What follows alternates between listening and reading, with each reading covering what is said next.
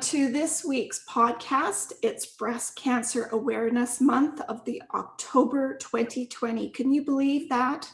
In the COVID 2020, we actually have something that's still happening. Halloween might not. I don't know about Christmas, but Breast Cancer Awareness Month is still out there.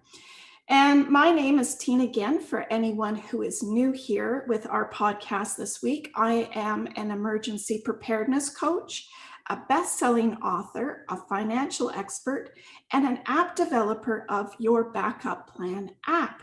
And I am in Vancouver, BC, and you can expect product reviews, workshops, tricks, tips, and interviews on my channel with real life people and their real life stories.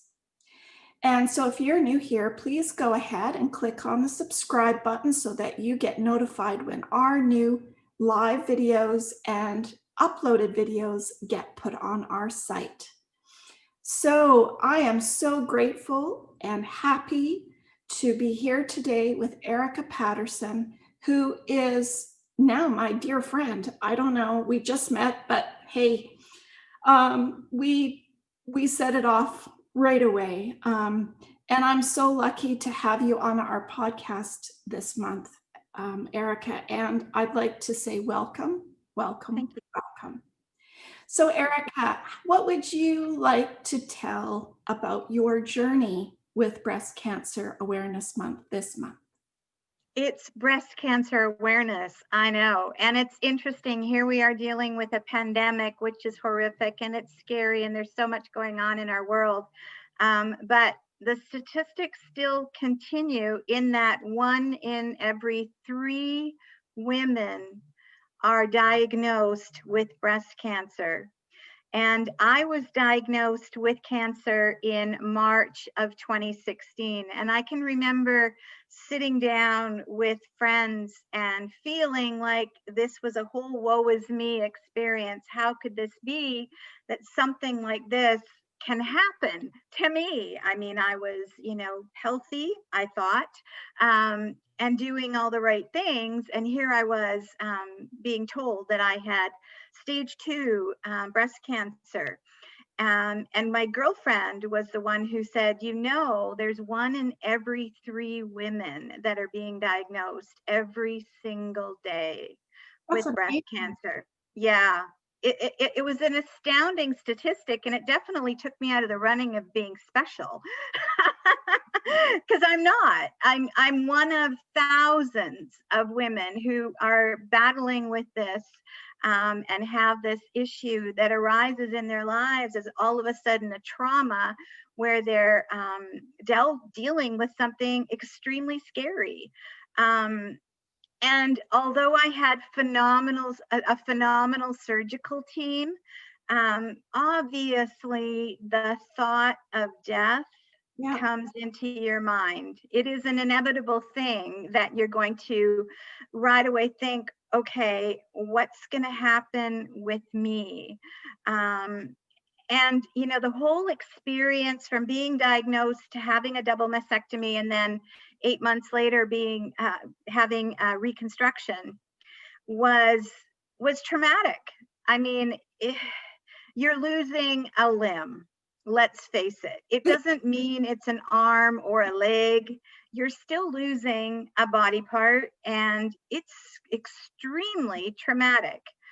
And I think that society needs to really appreciate, and as women, we are the nurturers. We are the ones that are having children.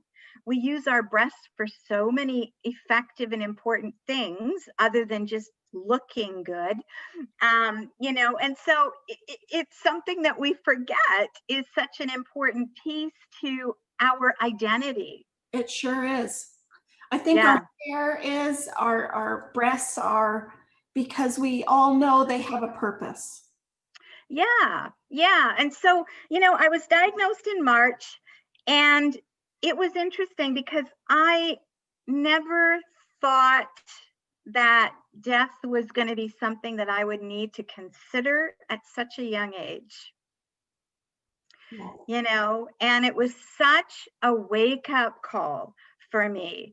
And I will add that I was also in a toxic relationship that also ended around the same time. So my life did a 360 degree of change, because not only was I dealing with breast cancer, I was getting out of a bad relationship.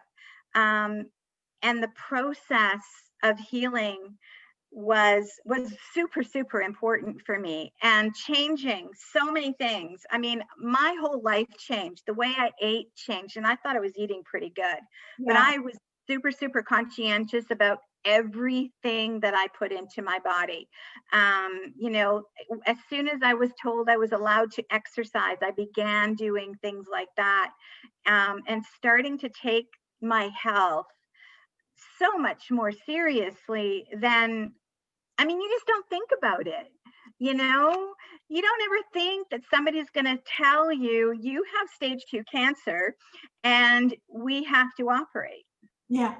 And do something right away. and do something right away. Life I opted, sorry, life changing is what it is.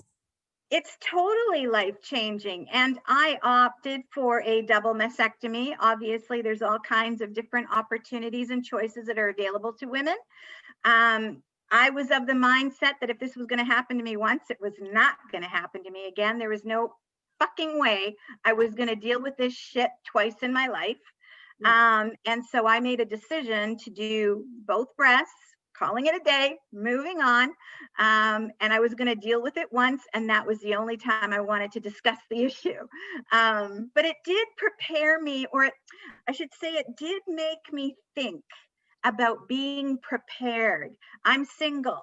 I live on my own. You know, and all of these different things that I was dealing with. And then having to think, okay, do I know who's going to take care of me if If I need help? if you needed it, right? If I needed help, yeah. Yeah. You know, and making sure things like my will, you know, we often leave those things until the last moment. And I But think those, sometimes you don't have that last moment.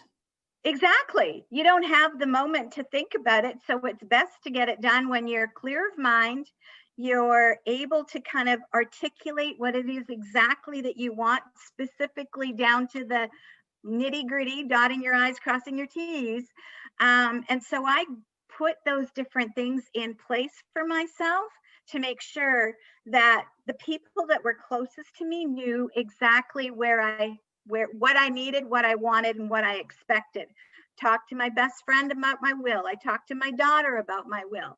You know, I talked to my family about what I was doing, so that, I mean, you know, we never want it. And I knew that I wasn't going to die, but I also knew that I needed to be smart. Yes. And I just want to kind of continue with what you were saying, because I tell people in every single podcast, every single one, and that is to have a family conversation, have a family meeting. And that's exactly what it brought you to do. Yeah.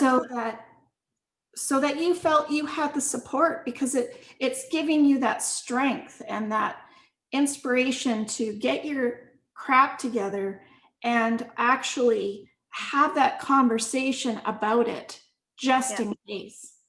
Yeah. I mean, the success rate of a breast cancer patient is pretty high unless it's quite advanced. And I'm not a doctor, but I work with doctors. Um, and so I know that, you know, the success rate of this particular cancer, unless it's very advanced, is pretty high. Um, but having said that, regardless of what the trauma is, whether it's cancer or a stroke or a heart attack or a car accident, whatever it is that's going to debilitate you or put you out of work for any period of time, Yeah. you need to have a plan B. My bank actually said to me, when this all happened several years ago, that she was impressed because they tell us that you're supposed to have about 3 months of pay or salary expenses in your bank account so that in case of something happened, and 99.9% of our world, I would say, and I'm just throwing that number off the top of my head, probably do not. Exactly. And I know they don't, because we all live and spread we need this, we need that, we're going to go buy that. But I would like to tell people out there is to consider when they have a good income and nothing is wrong, because this is part of the planning process, to get yourself a line of credit that just sits there that you don't use, but you could use it then for your moment in time where your life changes. Yeah, And I was lucky. I had my own business at the time, and I had a TFSA account, and I had money set aside for a savings, and I was able to draw from that for a period of time while I was recovering, right. and while I was healing. And for those that don't know what a TFSA is in Canada, in other countries or other provinces, it would be something of a savings account that you've put aside, and it grows while you're not using it. Yeah. Just in case anyone doesn't know. Good point. Good point. You're right. Yeah. So, I mean, Planned. That was good. That was really good. good. Are you happy with that? That's excellent. And I think everybody should do that, because sometimes once you get cancer and then you go into the bank and say, can I get a line of credit?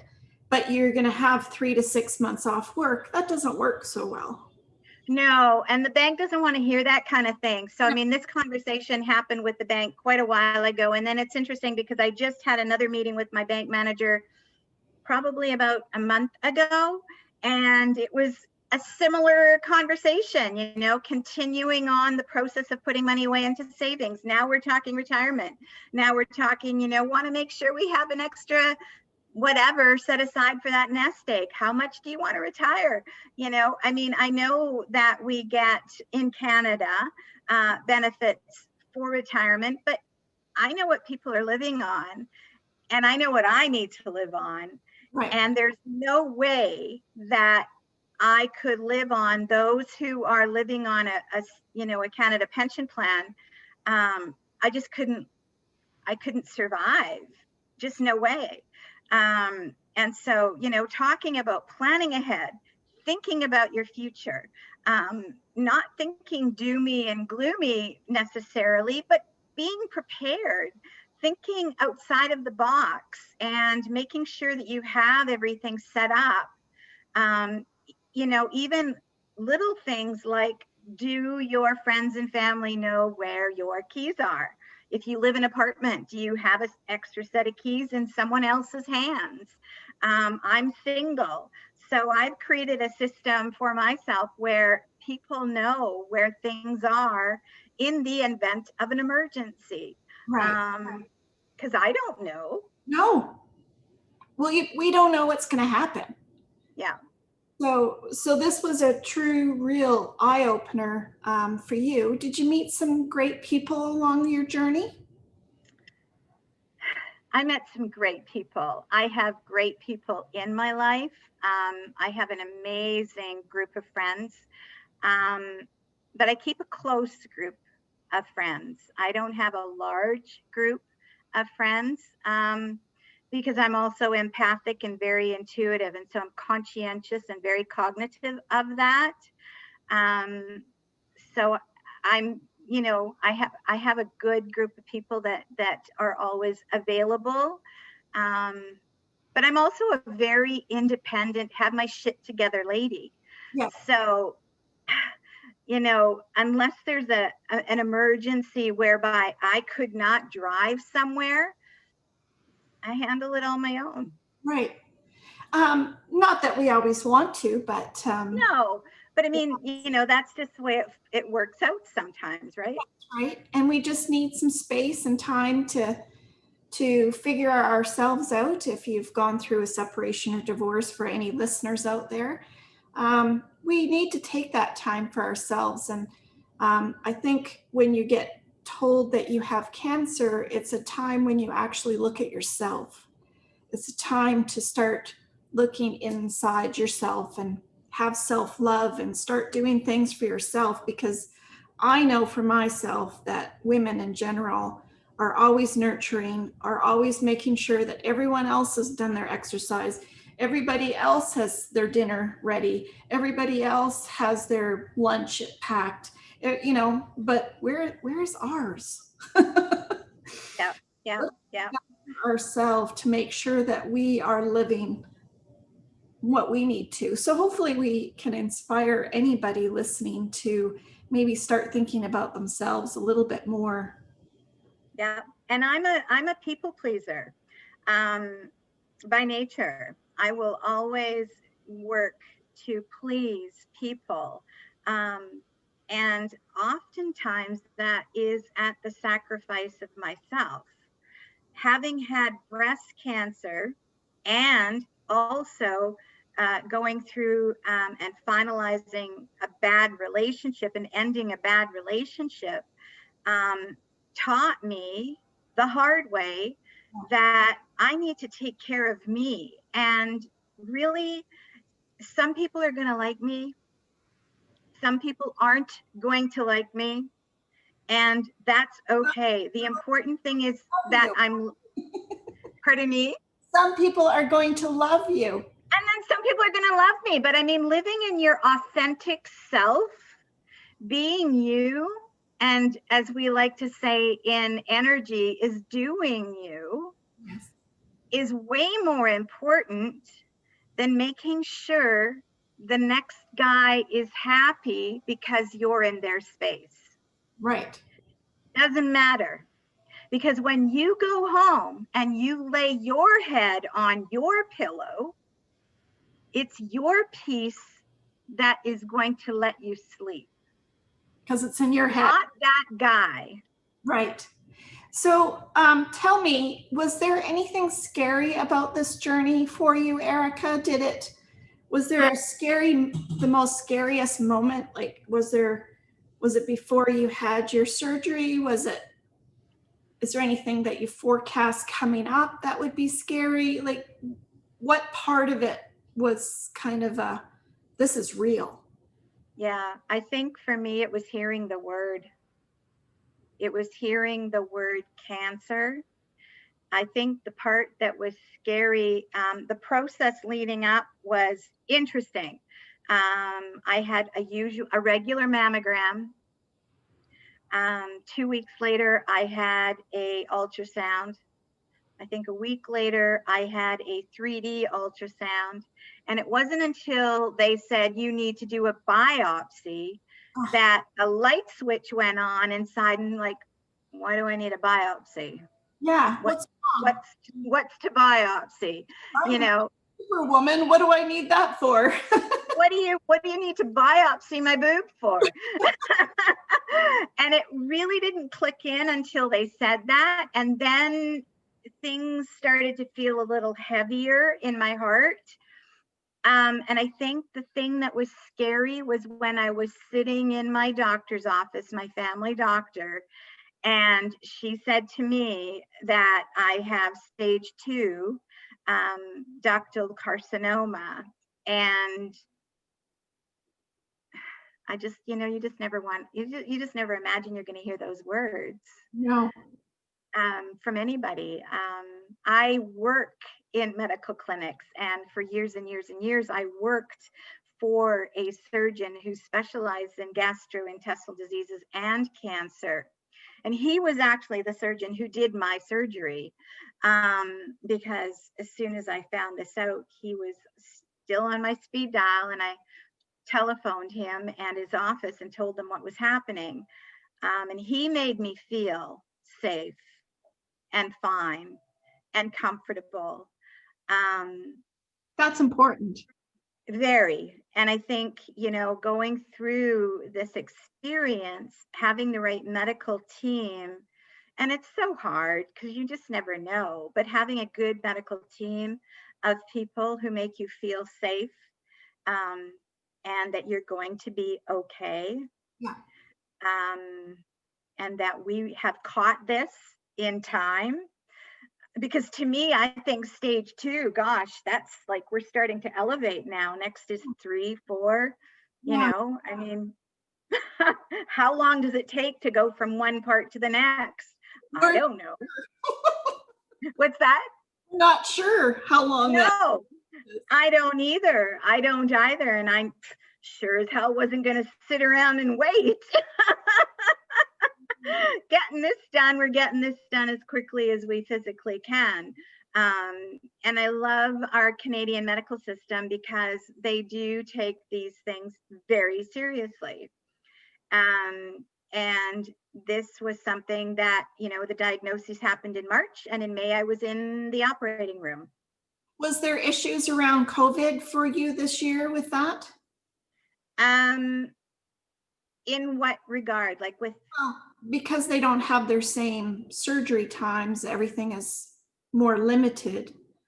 oh, my surgery was in 2016. Oh, okay. Because I'm just, Yeah. it would be an issue this year, for. Yeah, I don't know. I do know that the ORs are just taking emergency surgeries, and they are taking patients who are needing, I mean, if you need an operation, you're going to need an operation. And the doctors are PPE'd up anyway. Yeah. All the time. So they're wearing a normal wardrobe of gloves, mask, and gown, anyways, and that's their normal attire. So they're used to this. Yes.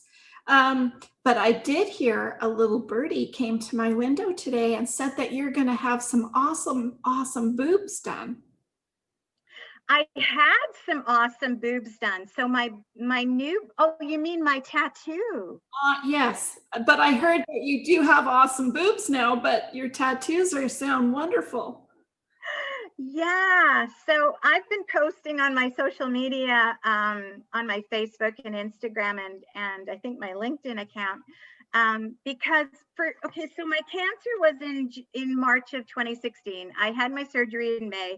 I had the reconstruction factor done in January, and they do immediately give you the opportunity to have your areolas tattooed, so that you have the nipples, which is lovely. And some women go with that, and that's phenomenal.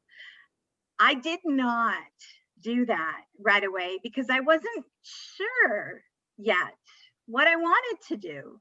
Yeah. And my surgeon said there's no rush. It's not like there's a time frame involved here. And we're now in 2020.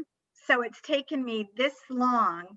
I've looked at a lot of tattoos. I'm super stoked, because starting next Friday, I have a breast tattoo, that I'm going to be getting, that's basically going to cover, both sides. And then on the left side, there's going to be an anchor, with some butterflies and the breast cancer insignia logo in there. I'm super stoked. It'll be nice. Oh, Yeah, fun. that sounds like so much fun. Yeah, and it's funny because people are like, why are you getting a tattoo? And I said, I went through hell. Yeah. I went through hell, and everybody remembers their hell a different way. For me, I twisted it and made it positive. When people would say to me, gosh, it's horrible that you had to, and you not only lose one breast, but you lost both, I would chuckle and say, I'm a woman, I'm a mature woman, and I get new boobs. It's perfect. Right? I mean, can that be so bad? I have not needed to wear a bra. I'm not worried about saggy boobs. Little things like that, it kind of think about as you get a little older. because we can try to find the funny and the humorous and the lovely positive things that do come out of something that's a journey. Yeah. And those are your nice little things, and it's wonderful. It's absolutely wonderful, and you should be proud and happy that you're doing that. Yeah, I'm quite excited. It'll be nice. It'll be nice. It'll take about a month and a half to finish Oh, because it's a large piece. I mean, it's covering both breasts. well, it's going to be beautiful. I wish you could show us all.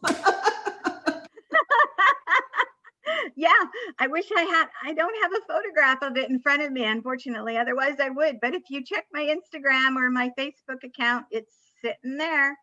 Well, for anybody out there, you can check on Erica's Instagram and Facebook page if you want to follow her story.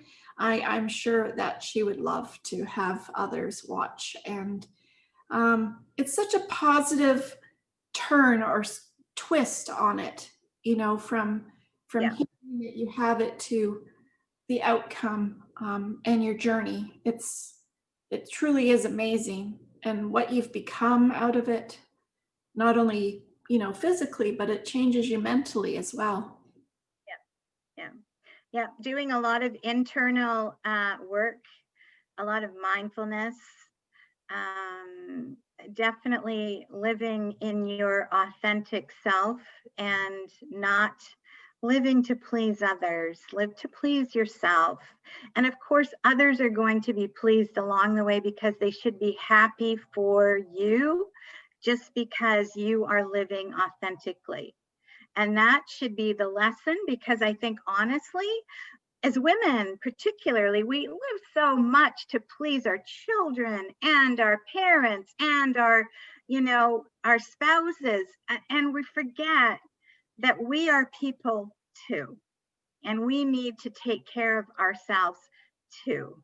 You sure? It wasn't until I had cancer that I actually figured out that self-care was not just taking care of me, but it was taking care of people around me because I was taking care of me. But that just comes out when you're taking care of you. Yeah. That energy, it's that Yeah. vibration that you're creating. Come to me, because Yeah. it's the vibration. Yeah, exactly. Exactly. It's that vibration. It's that energy that you have. Exactly. So it's super cool. Yes, it was a traumatic experience. Yes, there were days where it was scary. Yes, it wasn't, I wish I didn't have to, but I did. And not only did I survive, I thrived, and I continue to thrive. And I'm a single woman living in Vancouver, and loving life. And so you should. Yeah. I mean, and I always tell people, you only have one chance. You Yeah. don't get a second opportunity to make this work. So, every day that I wake up, especially I remember right after my cancer and right after my surgeries, when I would wake up in the morning, I would wake up, open my eyes, and take a minute to breathe, and then just say thank you. Absolutely. Because you don't know, No, you don't. no, you don't know. And I wake up every day to this day being thankful that I get another day to live. But when we don't do that, I'm just going to say that we think we're Superman, because Yeah. we live our lives so fast, and COVID did hit us all and say, you can't keep living life fast in the fast lane. You need to Yeah. slow down and fix things. So Yeah. I think we have a little bit of opened our eyes a little bit for that. But when something hits you like that, I think we become more grateful for the little things in life. And, breathing, waking up the next day. Why shouldn't we be grateful? But when we think we're Superman, we aren't grateful. Yeah. Yeah. It's interesting. COVID is a whole new, that's a whole new dragon. Yeah. But I was talking to my best friend's husband, um, I went to go pick up something, and we were social distancing because it was right at the beginning and everybody was very conscious and careful. And I saw him in the backyard. And as we were speaking, and this was in the summertime, I asked him how he was coping with everything, because obviously there's a lot of mental health around this, Yeah. and it's a big deal. And he said to me, you know, and he's a father of a 3.5-year-old and twins, 10-month-old twins. And he said to me, you know, I get the opportunity for the last 6-8 weeks to hang out with my family, to spend time with my kids that I'm never going to get back. Who can complain about that in the middle of the summer? It's beautiful. Is it ideal? No, but you know, there's got to be a good out of everything that's bad. Otherwise, we're living in a doom and gloom environment where everything is depressing and there's nothing that's happy around us. And that's no fun. And COVID sucks, but it's not going away. So we're just going to need to learn what we need to do to make it functional for us. But with Yeah. your experience that you had in 2016, what would you say to people having to go through that this year in COVID? Because if we're already isolated and we have these feelings of this journey that we just started and heard the C word for, that must be double as hard. I would have to admit, you know. Yeah. So if it's happening during COVID, I think that your surgical team, you know, stay in touch with your physician, and trust the people around you. You know, and I know that in our medical society or in our medical world, they do try to handle things as expeditiously as they possibly can. And I don't think that that the major surgeries, I don't think those have stopped. They're still happening. It's just maybe not at the same pace, but they're still happening. Mentally, it must be horrific to experience being told what you're going to have your next 6 or 12 months look like, and then go through this COVID where we're not really talking, we're isolated, we're, you know, at home a lot, you know, where those negative feelings can even be higher, I would think. So for any listeners out there, maybe you might have a little tip that during COVID, it's hard to love yourself. It's hard to overcome the negative feelings of hearing that word. It's, you know, I can imagine how tough that would be. I think meditation, you know, if you have any faith, having a faith-based belief system, a good core of friends, Doing Zoom meetings, perhaps. doing Zoom meetings, absolutely. FaceTime. I mean, I still do Zoom meetings and FaceTime with my family, just because they're elderly. My mom and dad are elderly, and seeing them is just not conducive. And I wouldn't want to put them in jeopardy. But just keeping your bubble small, but making sure that you're always, you know, it's easy to say be positive. Yeah. It's hard to do. Very It's hard. hard to do. But I think meditation was a big thing for me. I did a lot of meditation. You know, I am also faith-based. So, you know, for me, it was just leaning on and trusting people, was important for me. And having faith. Yeah.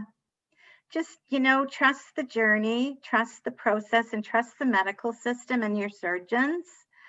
And have a close group of positive family and friends that you can reach out to at any time. Absolutely. I mean,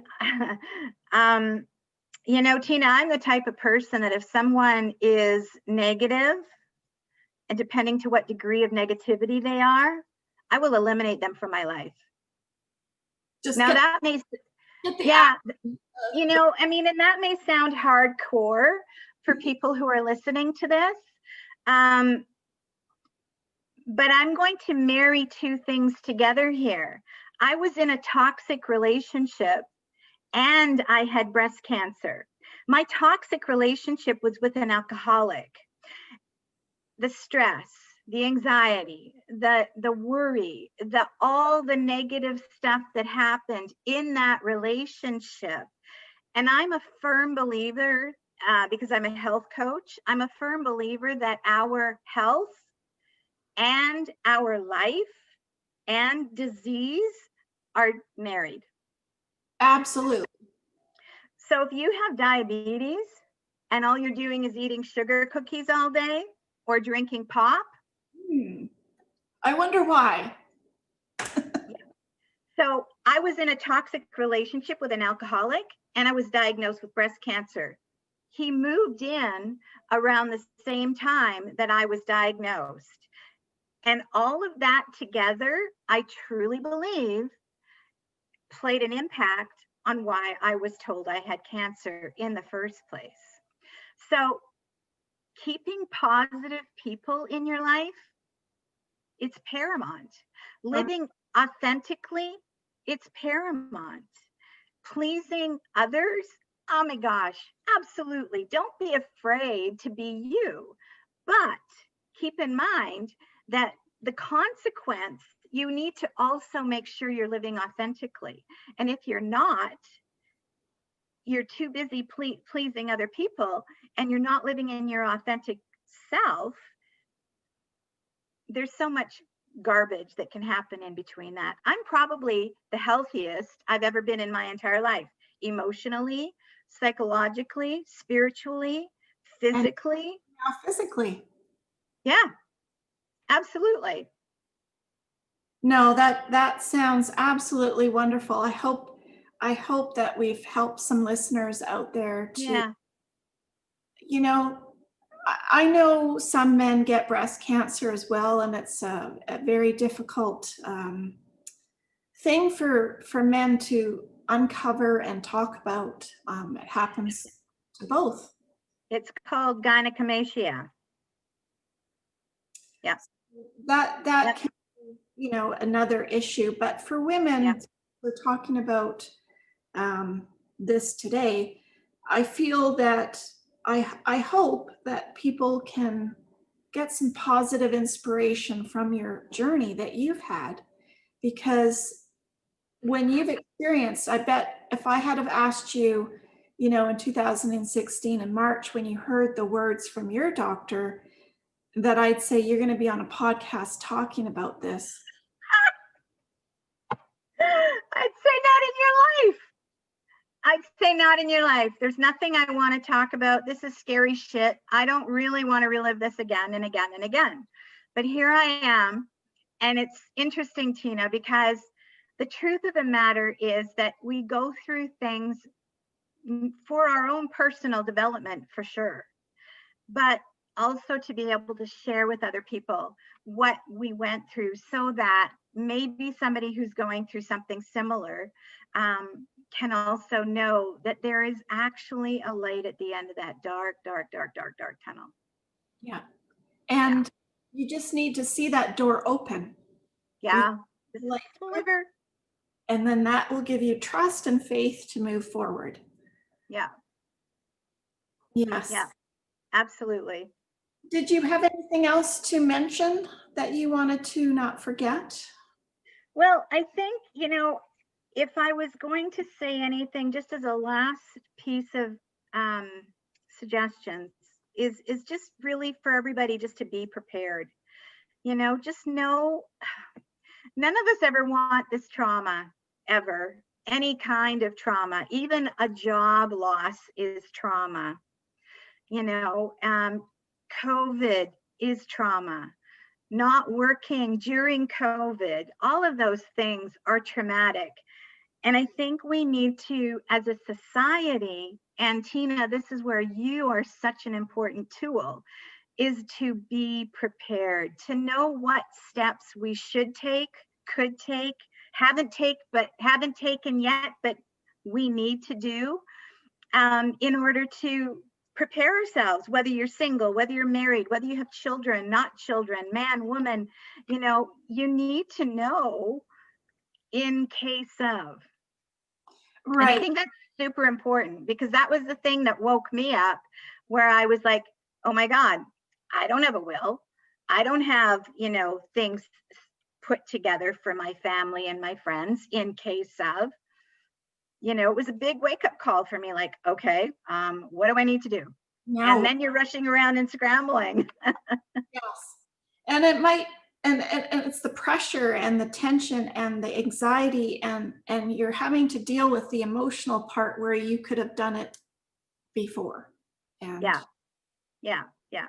well, thank you so much for those lovely words of inspiration for your story. I hope that, women and men out there can reach out to you. And I think we all go through some trauma in our life and have a journey for some sort of lesson that we need to learn. And there is a light at the end of the tunnel. And I'm so grateful for meeting you, Erica, on LinkedIn. Imagine that. I know, super cool. So cool. Look at, we could meet anybody from anywhere, right? Yeah. And I just want to reach out to everyone that's listening today, that I hope that we've inspired and motivated you to look at your own situation and your own plan and what your unique plan might look like for you. So take a moment and share this video with those that you love and care about, because it will make a huge impact to them and to you. Our website is www.yourbackupPlan.ca. We are on Instagram, Facebook, LinkedIn, and YouTube as well. We have a podcast every week. You can find us to listen to more real life stories of real life people on 8 platforms.